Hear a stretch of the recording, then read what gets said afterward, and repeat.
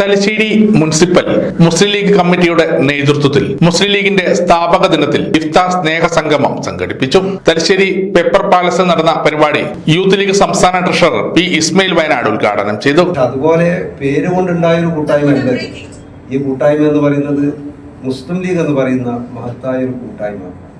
78 വർഷങ്ങൾക്കപ്പുറം നമ്മുടെ രാജ്യം സ്വാതന്ത്ര്യം നേടിയ ഒരു അന്നത്തെ സാഹചര്യം, സ്വാതന്ത്ര്യത്തോടൊപ്പം ഗർഭചിത്രവും നടന്നു എന്നാണ് ചരിത്രകാരന്മാർ പറയുന്നത്.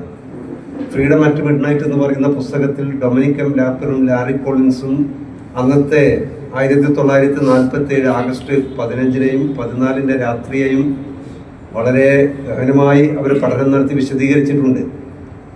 ഇന്ത്യ പാകിസ്ഥാൻ എന്ന് പറയുന്ന 2 രാജ്യങ്ങൾ നിലവിൽ വരികയാണ്.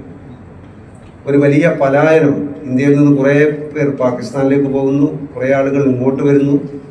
മനുഷ്യന്റെ കബന്ധങ്ങൾ കുന്നുകൂടിയ എത്രയോ മനുഷ്യർ അവിടെ കൊലവിളിക്കുന്ന ഒരു സാഹചര്യം.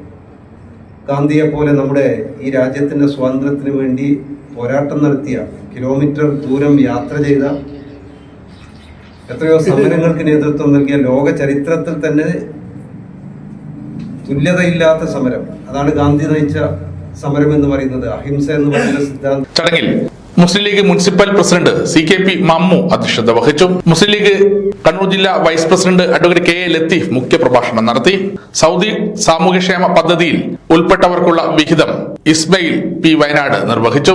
സൗദി കേന്ദ്ര committee vice president V Muhammad പദ്ധതി വിശദീകരണം നടത്തി. ചടങ്ങിൽ KC Ahmed, advocate PV Sainudheen, Shanid Mekkunnu, N Moosa, Sahir Palakkal, CKP Rayees, KI Sakkariya, V Jaleel, KC Shabeer, Thasleem Maniyad, Mahroof Alancheri, Jamsheer Mahmood, Afsal PV എന്നിവർ സംസാരിച്ചു.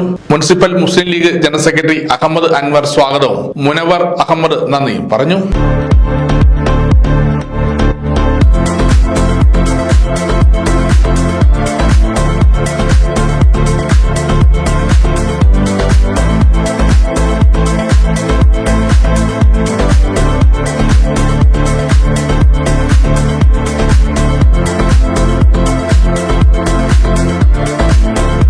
സമഗ്ര ന്യൂസ് തലശ്ശേരി.